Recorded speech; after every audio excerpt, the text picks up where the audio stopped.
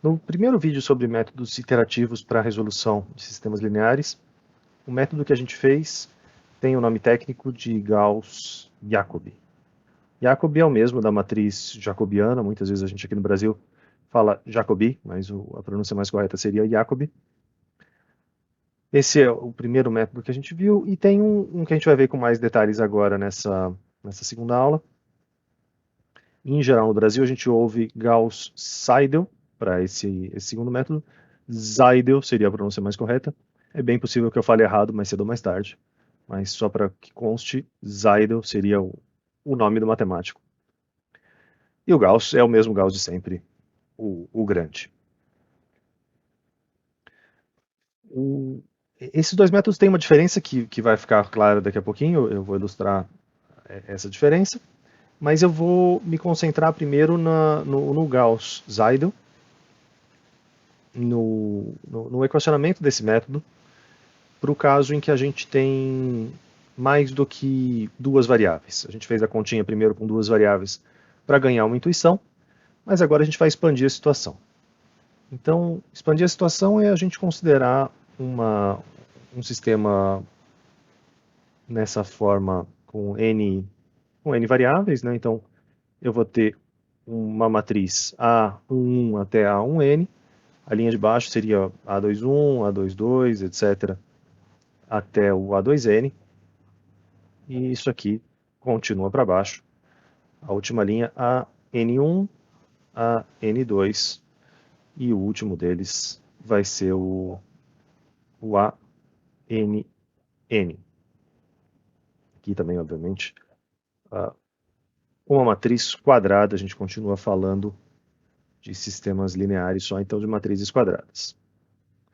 Essa é a minha matriz, ela vai multiplicar um vetor. Se eu tenho n coeficientes, eu vou ter que ter um vetor x1 até xn, um vetor com n incógnitas também, e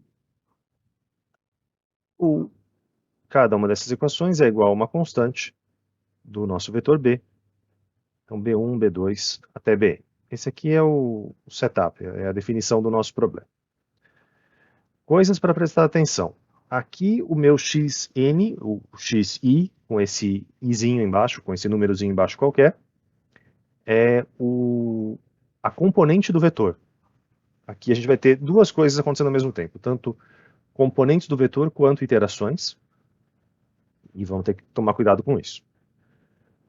O método começa com a gente vai criar um contador, então a gente vai definir k igual a zero, um contador. E a gente vai escolher um chute inicial, definir também um chute inicial, e esse chute inicial eu vou representar da seguinte forma. A primeira variável, o chute inicial da primeira componente vai ser o x1, 0 aqui em cima. Então eu vou colocar aqui entre parênteses em cima, isso aqui é a marcação da iteração, e esse 1zinho aqui embaixo é a componente, é de que casa do vetor que a gente está falando. Então eu preciso criar um chute inicial para todo mundo, desde o x1 até o xn, isso vai ser x1, 0, a segunda componente na iteração inicial, na iteração 0, para cada uma das componentes do vetor, na iteração 0, até a última componente do nosso vetor x. Então essa é a anotação, é um pouco confusa, mas não tem outro jeito. A gente tem duas coisas variando, iterações e componentes do vetor variando ao mesmo tempo. Esse é o nosso chute inicial. E aí a gente vai calcular os próximos, calcular as atualizações. Calcular atualizações. E eu já vou escrever de uma forma genérica, de uma forma para uma iteração k qualquer. E como é que ficaria isso? Lembrando que a gente começa com k igual a 0. Com k igual a 0 eu vou calcular alguma coisa para a iteração k igual a 1. Então a gente pode escrever isso como sendo calcular os valores para a iteração k mais 1. É a primeira componente na próxima iteração, na iteração k mais 1. E esse valor vai vir da onde? Da primeira equação do sistema. Vai ser a gente isolar o x1 na primeira equação, como a gente tinha feito antes. Isolar o x1 quer dizer, vai ficar o B1 do lado de lá, que já tinha anteriormente. B1 menos o A12 multiplicado por x2. Só que aqui a gente tem que tomar um certo cuidado, porque o nosso x2 é o valor que a gente calculou para o x2 até agora. É o x2 da iteração k, e assim por diante. O próximo componente, A13, a gente passa o termo que tem x3 para o lado de lá, mas é uma aproximação do x3, então é o x3 na iteração k, e isso aqui vai, elemento por elemento, até o último deles, que vai ser o A1n, é esse último que está aqui, A1n multiplicado por xn, iteração k. E, obviamente, eu preciso passar o A11 dividindo, né, porque a primeira equação era A11x. Então, eu vou escrever 1 sobre A11, que multiplica toda essa continha daqui. Fiz isso, atualizei o meu x1, e aí eu vou atualizar os próximos. Atualizar o próximo vai ser atualizar o x2, então calcular o x2 para a próxima iteração, para a iteração k mais 1. E aí ele vai ter uma cara muito parecida. O x2, quem está multiplicando ele é o A22, então esse termo aqui de fora vai ser 1 sobre A22, que multiplica o B2, menos, eu vou passar o A21x1 para o lado de lá, e aqui a gente tem algumas possibilidades. O A21 multiplicado por x1, k ou k mais 1. A gente poderia fazer das duas formas. Eu vou fazer k mais 1. Eu vou fazer o x1 melhor, entre aspas, não necessariamente o melhor, mas enfim, o mais recente, o mais atualizado que a gente tem. O fato da gente fazer o x1 ser o mais atualizado que a gente tem é o que caracteriza o método de Gauss-Seidel. Se a gente fizesse x1 de k, se a gente fizesse sem esse novo x1, seria o Gauss-Jacobi. Então essa é a diferença dos dois métodos. Mas basicamente eles são a mesma coisa. Para os outros elementos a gente não tem ainda muita escolha. O x2 é o que está isolado aqui, se o meu computador não se atualizar. O x2 é o que está atualizado aqui. Sim, eu quero que os meus x sejam atualizados, mas não meu computador. X2 eu vou atualizar, o x1 eu já passei para lá, eu preciso passar o x3. A23, 23, multiplicado por x3. O x3 eu ainda não fiz nada, então o x3 tem que ser x3 na iteração k, e isso aqui prossegue até o último deles, A2n, xn na iteração k, também não atualizado. No próximo, no x3k mais 1, eu já vou ter valores para x1 atualizado e para x2 k mais 1, e assim por diante. Então, para todas as variáveis, eu vou pegar o mais recente que eu tiver, até que até onde der, né? Até eu terminar o meu vetor, xn na iteração k mais 1, o coeficiente dele é 1 sobre a nn, o termo livre do lado de lá vai ser o bn, e aí quando eu estou na última componente, o meu vetor inteiro já foi atualizado, menos a última componente. Então, na última componente, todos eles já vão ser A1n multiplicado por x1 na iteração k mais 1, menos A2n x2 na iteração k mais 1, e isso aqui é um sinal de menos, e todos eles vão estar já com valores novos, só que eu vou ter que parar no A' n, coluna n menos 1, a última variável que entra aqui nessa conta é o x n menos 1 na iteração k mais 1. Então é a penúltima componente do vetor, mas é k mais 1 porque ele já foi atualizado. Esse é o padrão das minhas atualizações. Gauss-Seidel, atualizar com o que a gente tem de mais recente e torcer para que isso seja o melhor. Então, o nosso passo número 3 foi a atualização de cada uma das componentes. Se vocês se lembram do vídeo anterior, depois de atualizar cada uma das componentes, a gente precisa fazer um teste de convergência. E a gente tem que testar cada uma das componentes, porque a gente pode estar se aproximando da solução em uma direção, mas não nas outras. Então a gente tem que garantir que todas as componentes estejam convergindo, estejam ficando próximas. A gente vai calcular o que eu vou chamar de erro I na iteração K mais 1, perdão. A iteração K mais 1, porque eu já calculei todos os valores em K mais 1. E aqui, a ideia dessas variáveis de erro é a mesma anotação de antes. O subíndice, o de baixo, é a componente do vetor, e o de cima é um marcador de iteração. E se eu quiser usar erros absolutos, isso aqui seria o módulo do x componente I na iteração K mais 1, menos o x da mesma componente, mais o seu valor numa iteração anterior. Isso aqui é uma forma de erro absoluto, a gente podia também fazer um erro relativo, é a mesma discussão que a gente já fez anteriormente.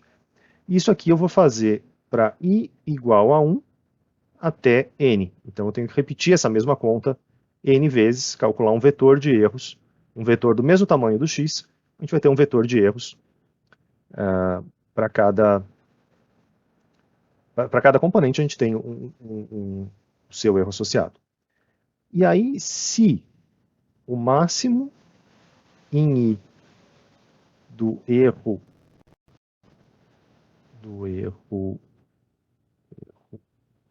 I K mais 1, o que quer dizer essa notação máximo em I? É olhar em todo esse vetor de erros e procurar o maior dele, o maior dos seus elementos. São todos positivos, porque são todos módulos. Então eu vou olhar o maior erro. Em qual das dimensões que está acontecendo o maior erro? Se esse maior erro for menor do que um epsilon, que é a nossa precisão previamente estabelecida, é a nossa tolerância, é um valor que a gente escolhe. Se isso aqui for verdade, então a gente pode parar e a gente tem a solução. E aí a solução é eu vou escrever o x estrela é x k mais 1. Então, o que eu quero dizer com isso é que a solução do problema é a última iteração que a gente teve. A gente já terminou. E no caso contrário, a gente ainda não chegou perto. Caso contrário, a gente tem que retornar o nosso algoritmo não para o chute inicial, mas retornar para o passo 3, calcular novas iterações. E calcular novas iterações quer dizer que a gente está numa próxima iteração. Então, no caso contrário, o nosso vetor K recebe K mais 1, ou seja, a gente incrementa o nosso K e volte para 3. Esse é o esquema geral do algoritmo. Tem uma coisa que eu deixei de fora aqui de propósito, mas que é crucial, que normalmente a gente vai ter uma condição de parada também associada com o número de iterações. Porque se você fizer desse jeito e a nossa solução estiver divergindo, o seu algoritmo nunca vai terminar, ele vai ficar num loop infinito, esperando que vá convergir, mas não vai convergir nunca. Então é muito comum e muito necessário a gente ter uma condição também no número de iterações para evitar esse tipo de loop infinito, como foi demonstrado também no vídeo anterior. Se a gente olhar para o nosso código, o código que a gente tinha escrito no Scilab anteriormente, ele é o algoritmo de Gauss-Jacobi, porque eu estou atualizando. Para atualizar o x, eu uso o y que já estava na memória. Mas para atualizar o y, eu estou usando o x antigo, Aqui eu poderia ter usado o x próximo. Então, se eu tivesse usado o x próximo, seria o Gauss-Seidel, e do jeito que estava escrito era o Gauss-Jacobi. Essa é a diferença dos dois métodos. Mas agora eu vou rodar no MATLAB, porque no MATLAB eu tenho uma simulação que graficamente é um pouquinho mais interessante. O código é basicamente a mesma coisa, só que aqui ele está escrito de uma forma um pouco mais genérica, para um sistema de dimensão n. Ele tem essa condição de parada, como a gente tinha feito anteriormente, né, uma condição do nosso contador de iterações ter que ser menor do que o número máximo de iterações previamente estabelecido. Esse aqui não é o código mais eficiente do ponto de vista computacional, mas a gente escreve exatamente do mesmo jeito que estão aquelas equações. Então a gente calcula essa soma. Deixa eu aumentar um pouquinho o tamanho da letra. Essa variável soma é o que a gente passou para o lado de lá, né? Essa combinação que envolve alguns x's, do jeito que eu escrevi aqui na mão, alguns valores de x na iteração k mais 1 e alguns na iteração k. O jeito que eu estou fazendo essa implementação, eu já coloco no próprio vetor, eu só tenho um vetor x,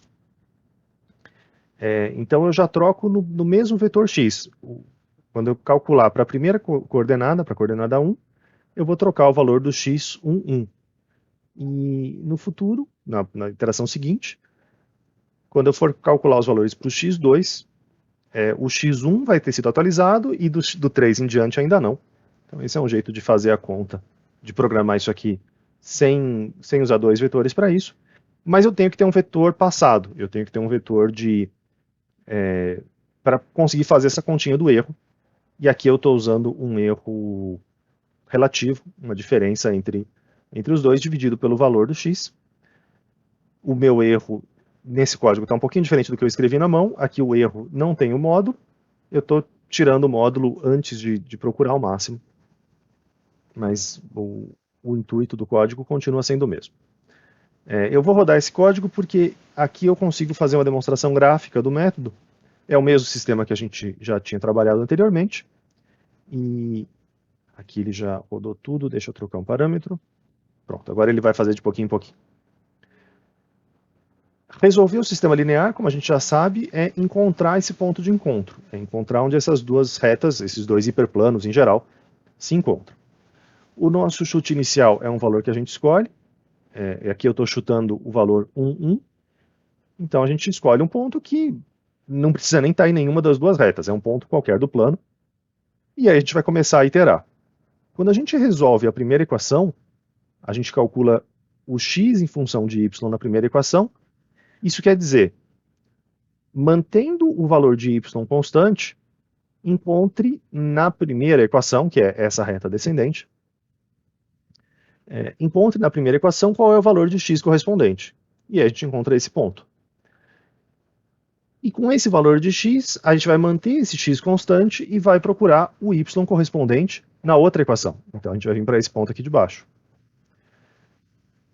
A gente fez uma iteração com o x, a gente fez uma iteração com o y. Agora a gente vai testar a convergência. A gente vai ver se esse ponto está próximo do ponto original. Aqui eles ainda estão muito distantes, e por isso meu algoritmo vai prosseguir. Com esse x, eu vou calcular, mantendo o y constante, eu vou calcular um novo x. E aí, mantendo o x constante, eu vou calcular um novo y. Então eu vou ter um novo ponto que está aqui, e eu vou comparar com esse daqui. Eles estão próximos, não estão tão próximos assim. Eu vou continuar repetindo o meu método. E aqui a gente enxerga graficamente o que está acontecendo. A gente vai caminhar nessa espiral e cada vez mais perto, cada vez mais perto. Aqui eu estou dando um zoom no gráfico, vocês podem ver pelos eixos, que a gente já está bem pertinho da nossa solução. 0,875 no y, 7/8 no y, 3/8 no x. O nosso método está caminhando e fechando essa espiral. Se a gente voltar para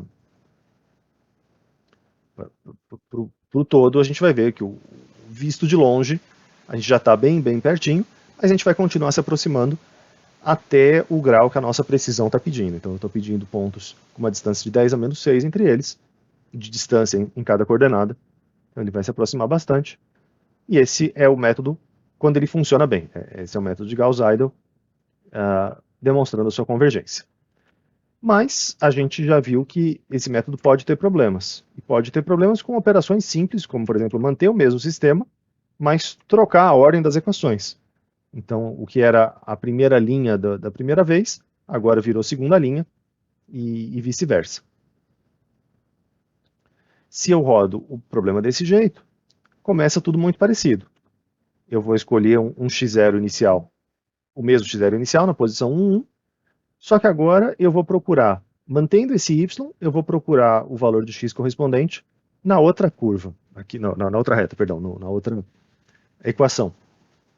E com esse valor eu calculo um novo y. Até aqui a gente não consegue ver nada, a gente tem um ponto inicial, um ponto final, eles estão relativamente distantes, mas isso também tinha acontecido no nosso primeiro caso. Só que agora, quando eu for repetir o processo, eu vou ter uma espiral que faz ao contrário.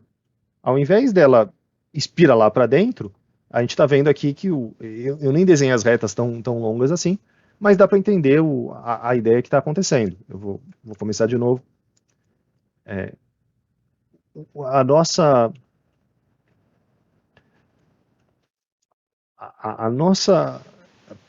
simplesmente por ter mudado a ordem das equações, a nossa espiral aqui está ficando cada vez mais para fora e não cada vez mais para dentro. Por enquanto a gente ainda não entendeu a matemática do porquê, a gente está só vendo isso acontecer, mas a gente vai ter que fazer um pouco mais de continha agora para entender em que circunstâncias que o método vai funcionar, em que circunstâncias que ele não vai funcionar, por que às vezes converge e às vezes não converge. Outra coisa que a gente pode ilustrar com esse código é se a gente voltar, se eu comentar essa linha e descomentar as linhas do sistema original, então deixando as linhas na forma que converge, eu vou tirar esse flag aqui para deixar o programa rodando até o final. Desse jeito a gente partiu do 1, 1 e ele rodou e parou lá dentro.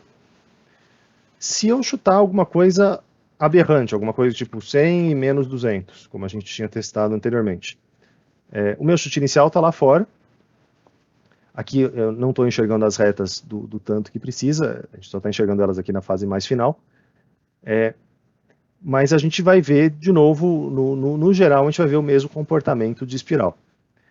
Na primeira iteração, no começo pode não estar tão claro se a nossa espiral está abrindo ou fechando, e especialmente em dimensão n, isso a gente não vai nem conseguir visualizar, e mesmo medir não é tão tranquilo. Depois de algumas iterações vai ficando mais claro se é um comportamento desse que vai fechando para dentro ou se ele está espiralando para fora.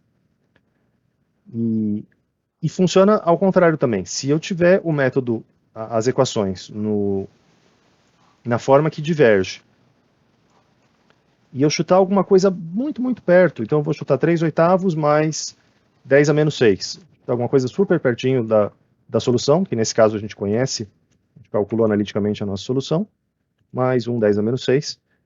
10 a menos 6 é ruim porque já é o meu próprio epsilon, né? Se eu chutar um pouquinho mais longe, 10 a menos 5, eu vou ter chutado, é só a gente olhar aqui o valor desse eixo aqui, 10 a 18, já vai estar claro o que aconteceu, né?